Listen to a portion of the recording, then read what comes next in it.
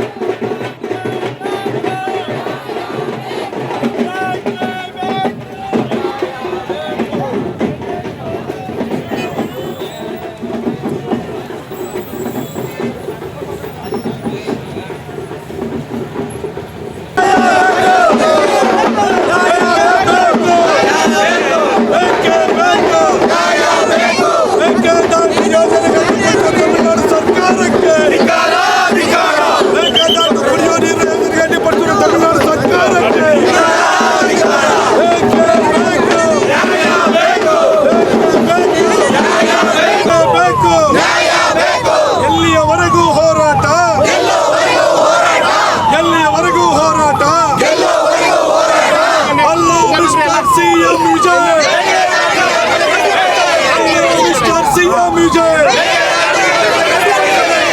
Mister CM Vijay. Mekedatu ಯಾರದು ಯಾರದು, ಮೇಕೆದಾಟು ಯಾರದು ಯಾರದು, ಮೇಕೆದಾಟು ಯಾರದು ಯಾರದು, ಕಾವೇರಿ ಯಾರದು ಯಾರದು. ಅಯ್ಯಯ್ಯೋ ಅಯ್ಯಯ್ಯೋ ಅಯ್ಯಯ್ಯೋ, ಕುಡಿಯುವ ನೀರಿಗೆ ವಿರೋಧ ಮಾಡುತ್ತಿರುವ ತಮಿಳುನಾಡು ಸರ್ಕಾರಕ್ಕೆ, ಕುಡಿಯುವ ನೀರಿನ ಯೋಜನೆಗೆ ಅಡ್ಡಿಪಡಿಸುತ್ತಿರುವ ತಮಿಳುನಾಡು ಸರ್ಕಾರಕ್ಕೆ ಬೇಕೇ ಬೇಕು, ಬೇಕೇ ಬೇಕು. ಕನ್ನಡ ಜಾಗೃತಿ ವೇದಿಕೆ ನೀರಾವರಿ ಹೋರಾಟಕ್ಕೆ, ಕನ್ನಡ ಜಾಗೃತಿ ವೇದಿಕೆ ಮೇಕೆದಾಟು ಹೋರಾಟಕ್ಕೆ ಬೇಕೇ ಬೇಕು, ಬೇಕೇ ಬೇಕು. ರಕ್ತವನ್ನು ಚೆಲ್ಲುತ್ತೇವೆ, ರಕ್ತವನ್ನು ಚೆಲ್ಲುತ್ತೇವೆ, ರಕ್ತವನ್ನು ಚೆಲ್ಲುತ್ತೇವೆ. ಕುಡಿಯುವ ನೀರಿಗೆ ವಿರೋಧ ಮಾಡುತ್ತಿರುವ ತಮಿಳುನಾಡು ಸರ್ಕಾರಕ್ಕೆ, ಕುಡಿಯುವ ನೀರಿಗಾಗಿ ಹೋರಾಟ ಮಾಡುತ್ತಿರುವ ಕನ್ನಡ ಜಾಗೃತಿ ವೇದಿಕೆ ಹೋರಾಟ. ಅಯ್ಯಯ್ಯೋ ಅಯ್ಯಯ್ಯೋ ಅಯ್ಯಯ್ಯೋ, ಎಲ್ಲಿಯವರೆಗೂ ಹೋರಾಟ, ಎಲ್ಲಿಯವರೆಗೂ ಹೋರಾಟ. ಮಾನವೀಯತೆ ಇಲ್ಲದ ತಮಿಳುನಾಡು ಸರ್ಕಾರಕ್ಕೆ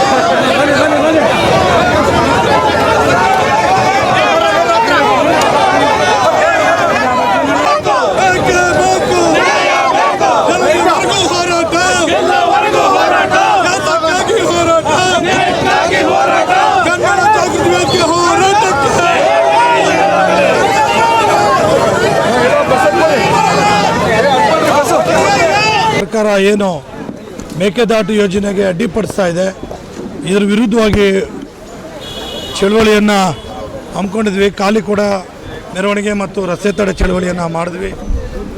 ನಾವು ನಮ್ಮ ಬೇಡಿಕೆ ಇಷ್ಟೇ, ಏನು ಕಳೆದ 20 ವರ್ಷಗಳಿಂದ ನಿರಂತರವಾಗಿ ಮೇಕೆದಾಟು ಯೋಜನೆಗೋಸ್ಕರ ನಾವು ಹೋರಾಟವನ್ನು ಮಾಡ್ತಾ ಇದ್ದೇವೆ.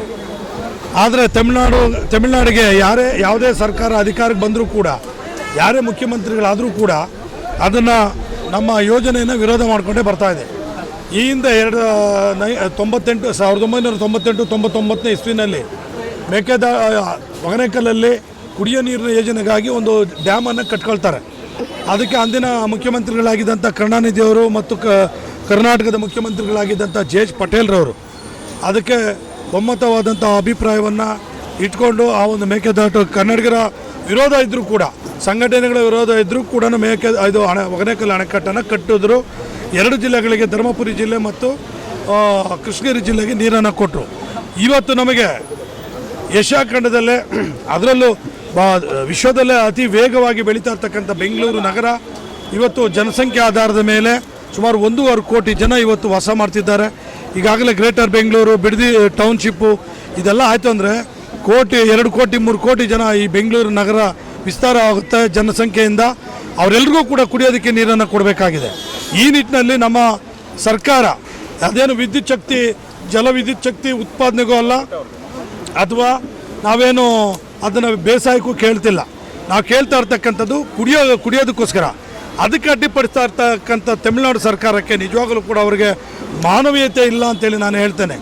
ಈಗ ತಾನೇ ಬಂದಿರತಕ್ಕಂಥ ಹೊಸದಾಗಿ ಬಂದಿರತಕ್ಕಂಥ ಜೋಸೆಫ್ ವಿಜಯ್ ಅವರು ಮುಖ್ಯಮಂತ್ರಿಗಳಾಗಿದ್ದಾರೆ, ಯುವಕರಿದ್ದಾರೆ, ಯೋಚನೆ ಮಾಡಬೇಕಾಗಿದೆ.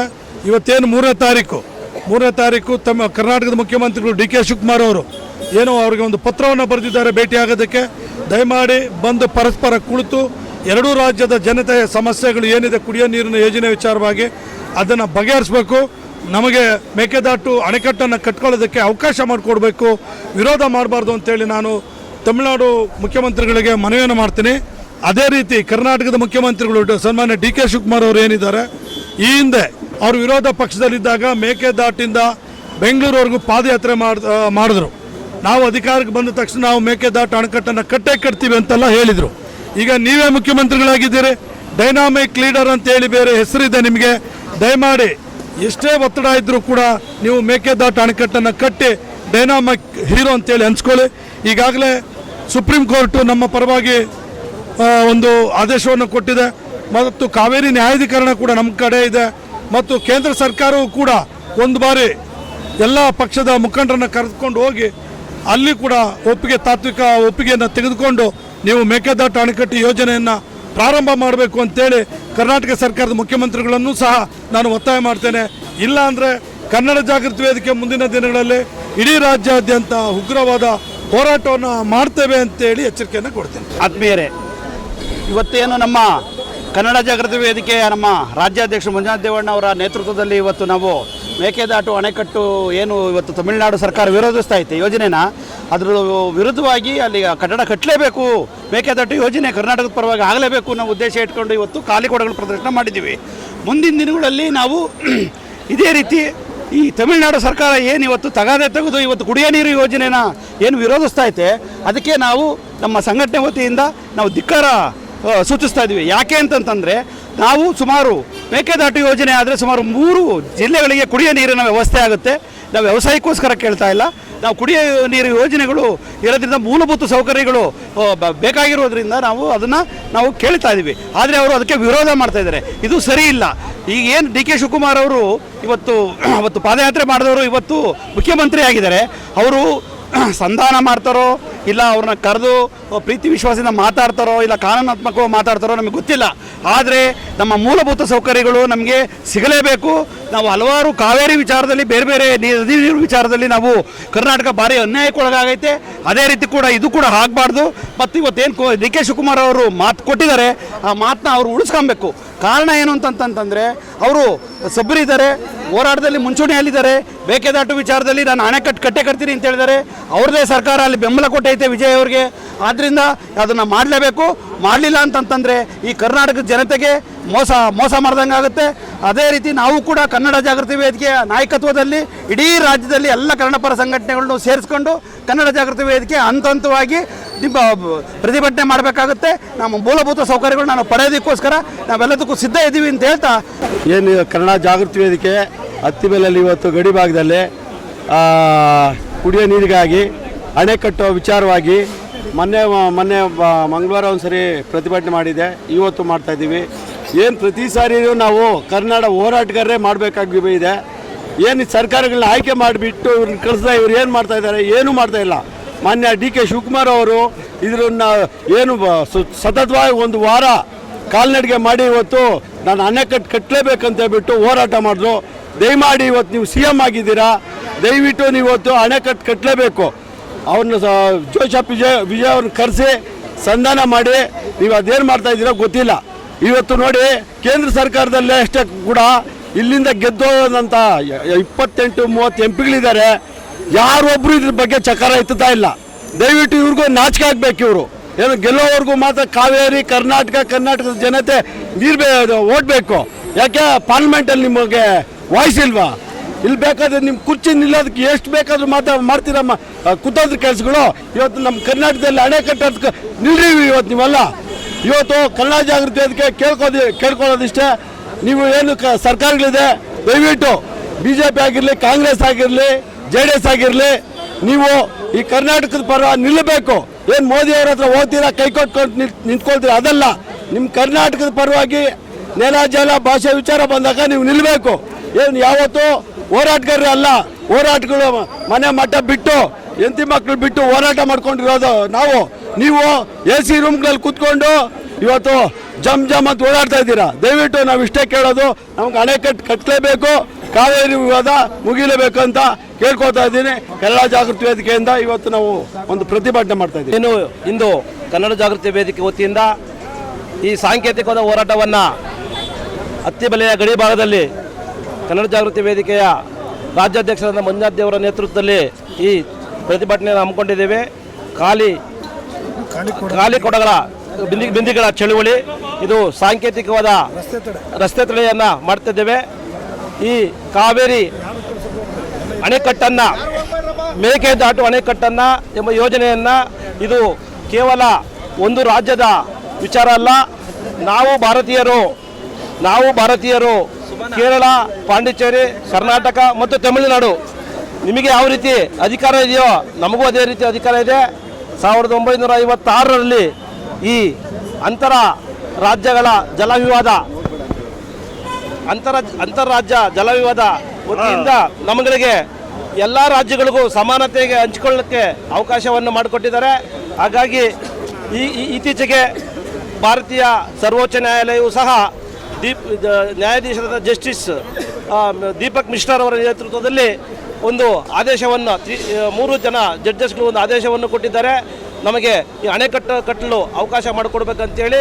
ಹಾಗಾಗಿ ಈ ರಾಜ್ಯದ ಮುಖ್ಯಮಂತ್ರಿಗಳಾದಂತಹ DK ಶಿವಕುಮಾರ್ ಅವರು ಈ ಕೂಡಲೇ ಪಕ್ಕದ ರಾಜ್ಯದ ಜೋಸೆಫ್ ವಿಜಯರವರ ಜೊತೆಗೆ ಮತ್ತು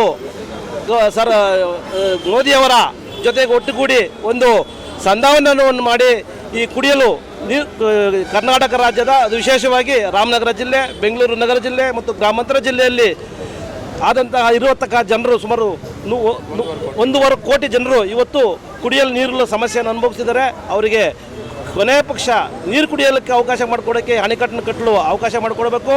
ಹಾಗಾಗಿ ಒಬ್ಬ ವ್ಯಕ್ತಿ ಒಂದು ದಿನಕ್ಕೆ 150 ಲೀಟರ್ ಅಂತ ಹೇಳಿದ್ರೆ ಅವರಿಗೆ 1.5 ಕೋಟಿ ಮಿಲಿಯನ್ ಅವರಿಗೆ ಲೀಟರ್ ನೀರಿನ ಅವಶ್ಯಕತೆ ಇದೆ. ಇವತ್ತು ಕುಡಿಯಲು ನೀರಿನ ಸಮಸ್ಯೆ ಆಗಿರೋದ್ರಿಂದ ಬೆಂಗಳೂರು ನಗರ ಜಿಲ್ಲೆಯಲ್ಲಿರ್ತಕ್ಕಂತಹ ಮುಂದಿನ ದಿನಗಳಲ್ಲಿರ್ತಕ್ಕ ಎಲ್ಲ ಜನರು ಈ ನಗರವನ್ನು ಬಿಟ್ಟು ಬೇರೆ ಕಡೆ ವಲಸೆ ಹೋಗುವಂಥ ಅವಕಾಶ ಬರ್ತದೆ.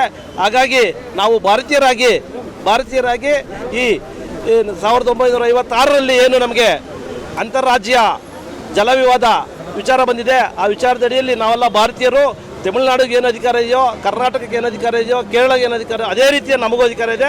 ವಿಶೇಷವಾಗಿ ಬೆಂಗಳೂರಲ್ಲಿ ಇವತ್ತು ಈ ಕಾವೇರಿ ನೀರನ್ನು ನಂಬಿಕೊಂಡು ಜೀವನ ಮಾಡಿ ಕುಡಿಯಲು ಅವಕಾಶ ಮಾಡಿಕೊಡ್ತಕ್ಕಂತಹ ನಮ್ಮ 31 ಜನ ಶಾಸಕರಿದ್ದಾರೆ ಬೆಂಗಳೂರು ನಗರ, ಗ್ರಾಮಾಂತರ ಜಿಲ್ಲೆಗಳಲ್ಲಿ. ಈ ಶಾಸಕರು ಕೂಡಲೇ ಈ ನಮ್ಮ ಮುಖ್ಯಮಂತ್ರಿಯನ್ನ ಮೀಟ್ ಮಾಡಿ ಕೂಡಲೇ ಅವರಿಗೆ ಈ ಸಮಸ್ಯೆಯನ್ನು ಪರಿಹರಿಸಬೇಕು ಅಂತೇಳಿ ಕನ್ನಡ ಜಾಗೃತಿ ವೇದಿಕೆ ಇವತ್ತು ಒತ್ತಾಯವನ್ನು ಮಾಡ್ತಾಯಿದೆ. ಕೂಡಲೇ ಮಾಡಿದ ಪಕ್ಷದಲ್ಲಿ ಸ್ವಾಭಿಮಾನದಿಂದ ಬದುಕ್ತಕ್ಕಂಥ ಪ್ರತಿಯೊಂದು ಮನೆಯಲ್ಲಿರ್ತಕ್ಕಂಥ 150 ಕೋಟಿ ಜನರು ಏನು ಬೀದಿಗಿಳಿದು ಹೋರಾಟ ಮಾಡುವಂಥ ಅನಿವಾರ್ಯ ಕನ್ನಡ ಜಾಗೃತಿ ವೇದಿಕೆ ಮುಖಾಂತರ ಆಗ್ತದೆ ಅಂತೇಳಿ ಇವತ್ತು ಈ ಕರ್ನಾಟಕ ರಾಜ್ಯ ಸರ್ಕಾರಕ್ಕೆ ಮತ್ತು ಕೇಂದ್ರ ಸರ್ಕಾರದ ಮೋದಿಯವರಿಗೆ ಒತ್ತಾಯವನ್ನು ಮತ್ತು ತಮಿಳುನಾಡಿನ ಮುಖ್ಯಮಂತ್ರಿಗಳಿಗೆ ಒತ್ತಾಯವನ್ನು ಕನ್ನಡ ಜಾಗೃತಿ ವೇದಿಕೆ ವತಿಯಿಂದ ಇವತ್ತು ಖಾಲಿ ಕೊಡ ಚಳುವಳಿಯನ್ನು ಸಾಂಕೇತಿಕವಾಗಿ ಹಮ್ಮಿಕೊಂಡಿದ್ದಂತಹ ಕನ್ನಡ ಜಾಗೃತಿ ವೇದಿಕೆ ರಾಜ್ಯಾಧ್ಯಕ್ಷ ಮಂಜುನಾಥ್ ದೇವರವರು ಉಗ್ರವಾದ ಹೋರಾಟವನ್ನು ಮುಂದಿನ ದಿನಗಳಲ್ಲಿ ಮಾಡ್ತಾರೆ ಅಂತೇಳಿ. ಬಂಧುಗಳೇ, ಏನು ಇವತ್ತಿನ ದಿವಸ ಕನ್ನಡ ಜಾಗೃತ ವೇದಿಕೆ ರಾಜ್ಯಾಧ್ಯಕ್ಷರಾದಂಥ ಶ್ರೀಯುತ ಮಂಜುನಾಥ್ ದೇವಣ್ಣನವರ ನೇತೃತ್ವದಲ್ಲಿ ಅತ್ತಿಬೆಲೆ ಗಡಿ ಭಾಗದಲ್ಲಿ ಮೇಕೆದಾಟು ಯೋಜನೆಯ ವಿಷಯವಾಗಿ ಅದ್ದೂರಿಯಾದ ಹೋರಾಟವನ್ನು ಹಮ್ಮಿಕೊಂಡಿದ್ದೇವೆ. ಕನ್ನಡ ಜಾಗೃತ ವೇದಿಕೆ ಸರಿಸುಮಾರು 33 ವರ್ಷಗಳಿಂದ ಸತತವಾಗಿ ಕನ್ನಡ ನಾಡು ನುಡಿ ಜಲ ಭಾಷೆ ರೈತ ಪರ ಆಗಿರಬಹುದು, ಪ್ರಗತಿಪರ ಆಗಿರಬಹುದು, ಮಹಿಳೆಯರ ಪರ ಆಗಿರಬಹುದು, ಶೋಷಿತ ವರ್ಗದವರ ಪರವಾಗಿ ಹೋರಾಟವನ್ನು ಮಾಡುತ್ತಿರುವ ಹೆಮ್ಮೆಯ ಸಂಘಟನೆ ಎಂದು ಹೇಳುತ್ತಾ ಇವತ್ತು ಶ್ರೀಯುತ ಮಂಜುನಾಥ್ ದೇವಣ್ಣನವರ ಒಂದು ನೇತೃತ್ವದಲ್ಲಿ ಗಡಿ ಭಾಗದಲ್ಲಿ ಮೇಕೆದಾಟು ಯೋಜನೆ ಜಾರಿಯಾಗಲೇಬೇಕು ಅನ್ನೋ ಒಂದು ವಿಷಯವನ್ನು ಇಟ್ಟುಕೊಂಡು ಒಂದು ಉಗ್ರವಾದ ಹೋರಾಟವನ್ನು ಹಮ್ಮಿಕೊಂಡಿದ್ದೇವೆ. ಮುಂದಿನ ದಿನಗಳಲ್ಲಿ ಬಂಧುಗಳೇ, ಈಗಾಗಲೇ ನಿಮಗೆ ತಿಳಿದಿದೆ, ಏನು ಮುಂದಿನ 3ನೇ ತಾರೀಕು ಏನು ಜೋಸೆಫ್ ಅವರು ಬೆಂಗಳೂರಿಗೆ ಬರ್ತಾ ಇದ್ದಾರೆ, ಅವತ್ತಿನ ದಿವಸ ಅವರು ಬಂದು ಏನು ಮಾನ್ಯ ಮುಖ್ಯಮಂತ್ರಿಗಳಾದಂಥ DK ಶಿವಕುಮಾರ್ ಹತ್ರ ಸಂಧಾನ ರೀತಿಯಲ್ಲಿ ಆದರೆ ಒಳ್ಳೆಯಿತು. ಇಲ್ಲ ಅಂದರೆ ಮುಂದಿನ ದಿನಗಳಲ್ಲಿ ಕನ್ನಡ ಜಾಗೃತ ವೇದಿಕೆ ವತಿಯಿಂದ ಅವರಿಗೆ ಕಪ್ಪು ಬಾವುಟವನ್ನು ತೋರಿಸುವ ಮುಖಾಂತರ ಇವರಿಗೆ ನಾವು ಎಚ್ಚರಿಕೆಯನ್ನು ಕೊಡ್ತಾ ಇದ್ದೇವೆ. ಇಲ್ಲಾಂದರೆ ಇನ್ನೂ ಉಗ್ರವಾದ ಹೋರಾಟವನ್ನು ಹಮ್ಮಿಕೊಳ್ತೇವೆ ಅಂತ ಹೇಳ್ತಾ ಇದ್ದೇವೆ.